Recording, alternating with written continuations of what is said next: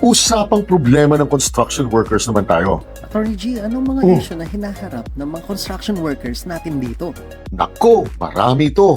Una, low wages and benefits. At matagal na nating alam ito. Kadalasang hindi nasusunod ang minimum wage at ang mga tamang benepisyo pagdating sa industriyang ito. Lalo na ngayon na kahit ang mga malalaking kumpanya ay via agency na kung kumuha ng mga tauhan nila. Kaya ang kadalasan, ang mga highly skilled na construction workers natin ay nagiging OFWs na lang upang sa ibang bansa sila makipagsapalaran. Ang layo kasi talaga ng pagkakaiba ng pasahod at ng pagtrato sa kanila sa ibang bansa kumpara sa sariling bansa nila. Ito ang dahilan kung bakit may matinding labor shortage tayo pagdating sa skilled labor sa bansang ito. And since nasa Dubai o Saudi na ang mga magagaling nating manggagawang Pilipino, nagkakaroon na ng skills gap dito dahil wala nang nagtuturo ng tamang galawan sa mga baguhang trabahante dito. Pangalawa, health and safety issues. Bukod sa mababang pasahod at kakulangan ng benepisyo, napakababa ng standard natin pagdating sa kalusugan at kaligtasan ng mga trabahanteng Pilipino sa mga proyekto. At hindi lang kakulangan ng gamit ito,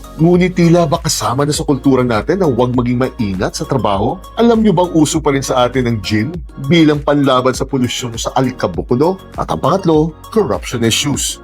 Napakahirap baguhin ng lahat ng ito hanggat matindi ang korupsyon sa industriyang ito. Dahil sa dami ng nakikihati ng halaga ng proyekto, hindi lang materyales ang tinitipid ng mga kontraktor dito. Damay na rin pati ang pasahod at pabenepisyo ninyo. At ang mga pambili ng mga modernong kagamitan, nako, kalimutan nyo muna ito. Kaya eto tayo ngayon. Alam nyo bang mahigit 100,000 construction workers ang nanga ngayong Pasko?